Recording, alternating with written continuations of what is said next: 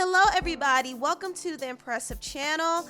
There's a few topics I want to talk about in this video. First, starting with Ciara and Russell Wilson.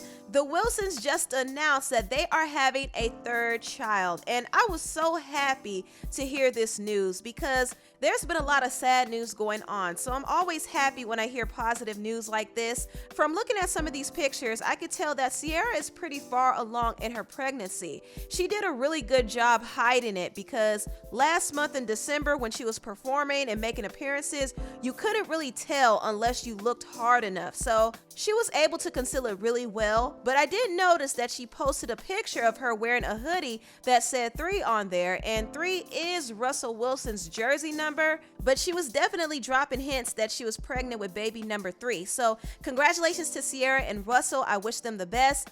Next, I want to talk about these rumors going around that Rihanna is dating the rapper A$AP Rocky. Now, the Daily Mail got sources from The Sun and reported that Rihanna was dating A$AP. She moved on from her billionaire boyfriend Hassan Jamil, and she was getting cozy with A$AP at the Yams benefit concert. And reports say that they actually shared a hotel suite while they were in New York. Now, Rihanna did recently come out and deny these rumors. A source close to her told E! News that Rihanna is single. She just got out of a long, intense relationship with Hassan. She wants to be single and isn't going to jump into something, but she's not dating him.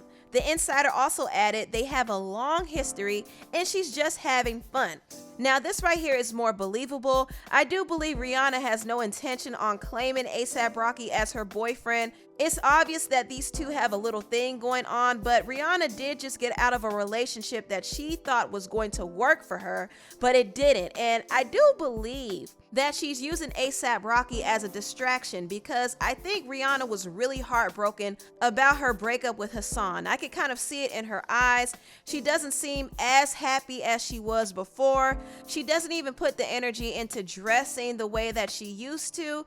And it could be that she's going through a stage in her life where she doesn't really care about putting on airs, but it's obvious that she has been going through something, so I do wish her the best. Now, I do want to move on and get into this topic. There have been some rumors that Cardi B has gotten some surgical procedure done on her face.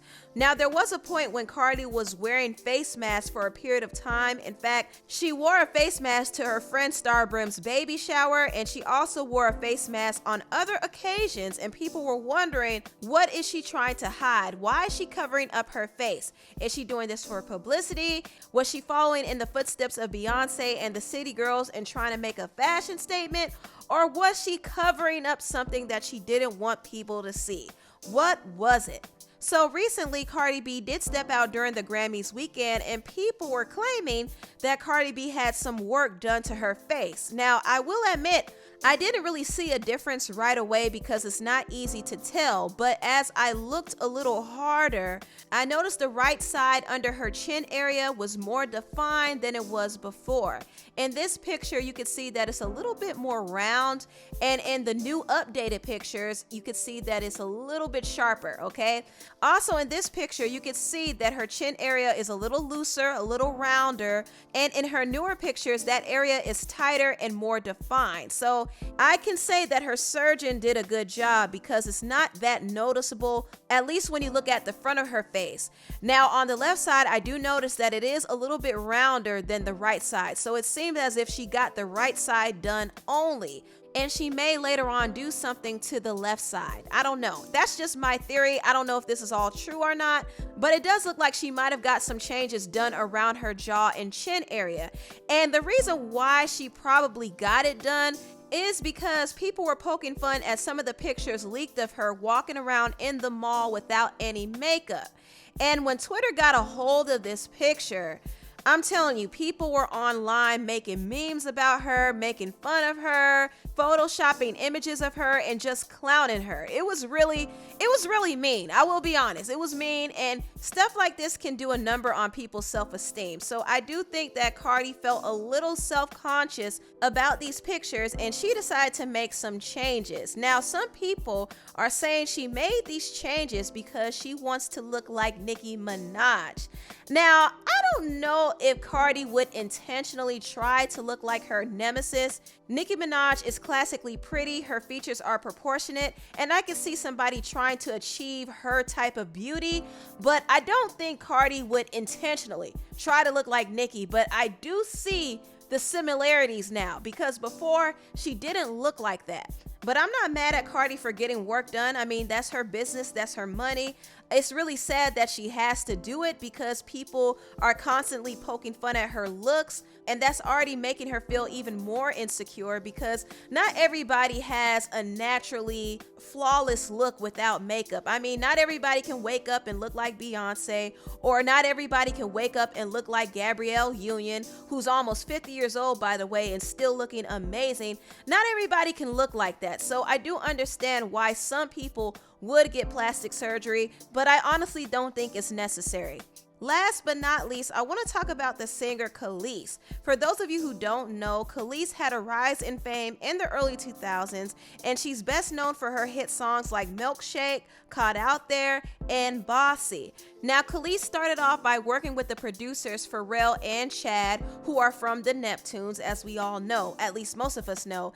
And the Neptunes did produce some of Kelis's biggest hits, like Milkshake. However, Kelis revealed that her relationship with the Neptunes did go sour when they completely ripped her off and kept her from receiving any royalties from her first 2 albums. Now, mind you, Kelis was a songwriter and she wrote most of her music, so the fact that she didn't get any credit or any money from it is outrageous. This is what she told The Guardian. "I was told we were going to split the whole thing 33, 33, 33, which we didn't do," she says. Instead, she says she was blatantly lied to and tricked, pointing specifically to the Neptunes and their management and their lawyers and all that stuff. As a result, she said she made nothing from sales from her first 2 albums, which were produced by the Neptunes, but she did not notice for a few years because she was making money from touring. "And just the fact that I wasn't poor felt like enough," she said. She sighs. Their argument is, "Well, you signed it." I'm like, yeah, I signed what I was told, and I was too young and too stupid to double check it. Now, when Kelis released her 3rd album, Tasty, she decided to work with some other producers on the album, and she did say that the Neptunes were offended when she did that. Kelis never worked with the Neptunes again after she released Tasty, but she did recount the time when she met Pharrell after that whole situation. She said she saw him on stage and he nodded to her in the audience, and she did nod back, but deep down inside she was upset because he stole her publishing. This is why it's so important for artists to read their contracts, because these artists have to protect themselves financially. Now, I do understand that Kelis was young at the time and she really trusted Pharrell and Chad. These were her friends, so she blindly trusted them, so she didn't know that they would cross her the way they did. And it's really sad that she cannot make money off of the work that she contributed to. But it's just a learning lesson for everybody who wants to be in the music industry. You have to read your contracts, because record companies will try to sell you a dream, and that dream will only turn into a nightmare if you're not careful. Also, in this interview, Kelis did talk about the abuse that she faced from her ex-husband, Nas. This is not the first time Kelis talked about Nas abusing her while they were married. She did do an interview with Hollywood Unlocked, and she talked about the toxicity in her marriage. I've never painted myself as a saint. Mm-hmm. Did he hit me? Mm-hmm. Did I hit him back? Mm-hmm. Was it mutual combat, or was it you hitting him back because he hit you, or what? It was because he would black out. He would drink too much. He drank way too much. But I don't remember what I was thinking about, but something reminded me of Rihanna. I remember so clearly when the pictures came out with that whole thing that happened with her and Chris Brown. And the only way I can describe it was like double dutch. Like, I felt like, do I jump in? Like, do I say it? Because I had bruises all over my body at that time. Like, that day, I remember being in Atlanta, sitting in the kitchen, and like, I was like, do I? And I was, and I wasn't ready to walk. I just wasn't.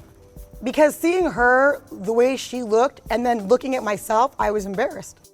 I'm gonna be honest and say I do believe Kelis. And people hate her for speaking the truth, but it's her story and she has a right to tell it. Now, I do want to bring up one last thing she said in her interview, which I thought was very interesting, and it does kind of open up a whole nother discussion. She said, well, I'm a very private person, and whether it's the stuff with the Neptunes and being assaulted from a business perspective, then to being assaulted in the home, I fought so hard to have my own voice, even with the umbrella of these men looming over what I was trying to do. I'm not broken, but I don't feel like protecting the sanctity of the black man anymore. This is a very loaded statement right here. Might be a little triggering to some people, but I do believe that Kelis's personal experience with black men have left her jaded, disappointed, and unprotected. Even when she opened up about her abuse, there were a lot of black men, mainly Nas fans, who were attacking her and calling her a liar. And I think this is something that has been affecting her. She's been quiet long enough. She's been holding secrets because she doesn't want to make other people look bad. But in the end, where has that gotten her? So I do understand why she said what she said. I don't think she was trying to make an anti-black man stance. There are still a lot of great black men out there, so I don't think she was trying to take a dig at black men, but she's just tired. You know, she's been done wrong in different situations, and she's tired of protecting the image and reputation of men who have been doing her wrong. And unfortunately, some of those men have been black men. So I think she's been a little scarred by that. Anyway, tell me what you all think about this video down below. Please like, comment, and subscribe, and share this video if you care. Thank you so much for watching, and I'll see you next time. Bye.